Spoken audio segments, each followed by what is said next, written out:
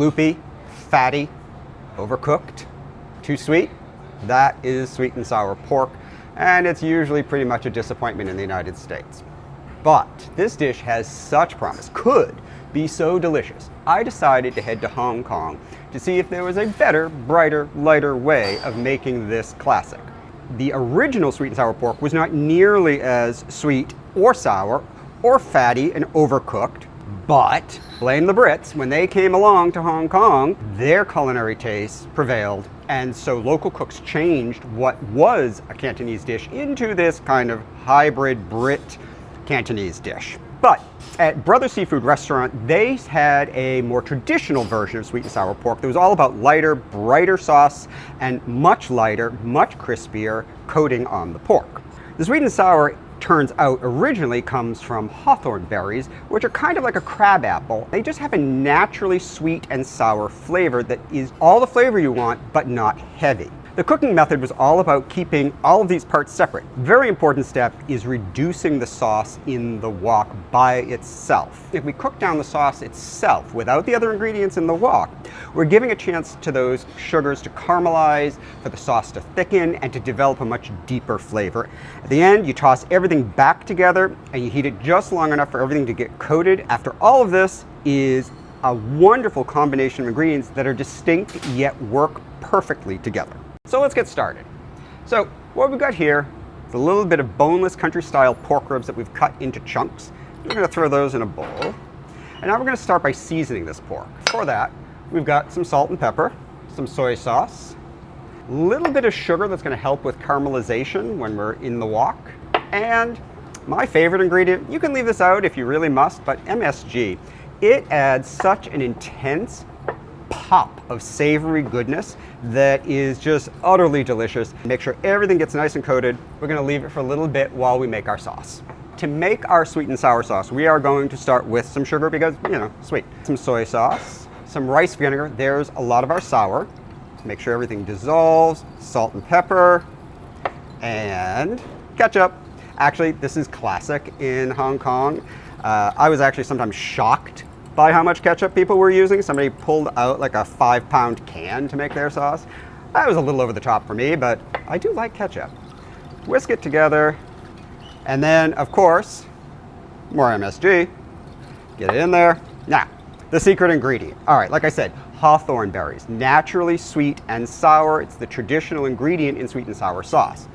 They're hard to find in these parts, and so we tasted them, and like I say, they taste like crab apples. We found, actually, apple jelly is the best substitute because it has that kind of fruity, lightly sweet, kind of tangy flavor that works perfectly in this sauce. It also reduces and caramelizes really well in the wok, so you're getting deeper flavor from it. The best versions I had took a much, much lighter hand, and in fact, they didn't really bread it at all. They just used cornstarch or potato starch. So that's what I'm going to do now that my pork has sat and seasoned for a little bit, which is going to crisp in the wok, but it's also going to help thicken up our sweet and sour sauce. With wok-style cooking, including this dish, everything happens fast. So it's important to have all of your ingredients prepped. We've got our pork ready, we've got our sauce ready, and we've already prepped our veggies. I declare that about 1/4 cup. Close enough. We want our oil just barely smoking. We're going to move about half of our pork here. If you don't do it in batches and you crowd the wok, you're going to end up steaming your meat rather than frying it. You can see the cornstarch is already crisping, creating this nice, light, crispy, crunchy coating.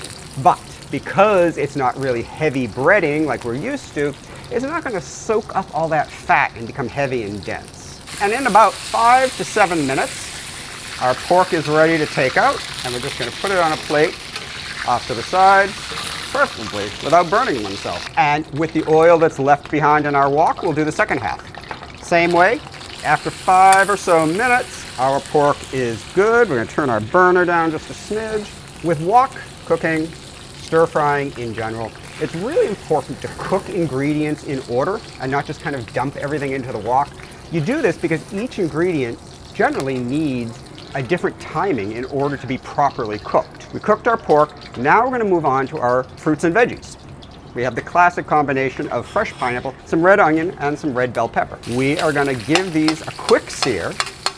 You don't need to go for more than 2-3 minutes tops. We are not aiming to like fully cook these because in a true Cantonese sweet and sour pork, the vegetables and the pineapple are only lightly cooked. You want them to retain that kind of fresh crispness. Give it a quick sear at the edges, and that's really all we need. Turn my burner down, and once again, we're going to take this out of the wok and set it aside. Now, the magic is, of course, our sauce.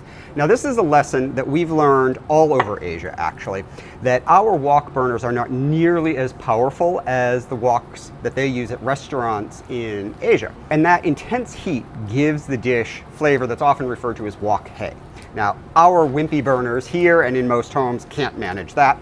So we learned a long time ago that cook your sauce. This is not going to replicate wok hei necessarily, but what it does do is it caramelizes the sugars in the sauce and it deepens the flavor by concentrating. So we're not going to have wok hei, but we're going to have as close to it as we can get on this burger.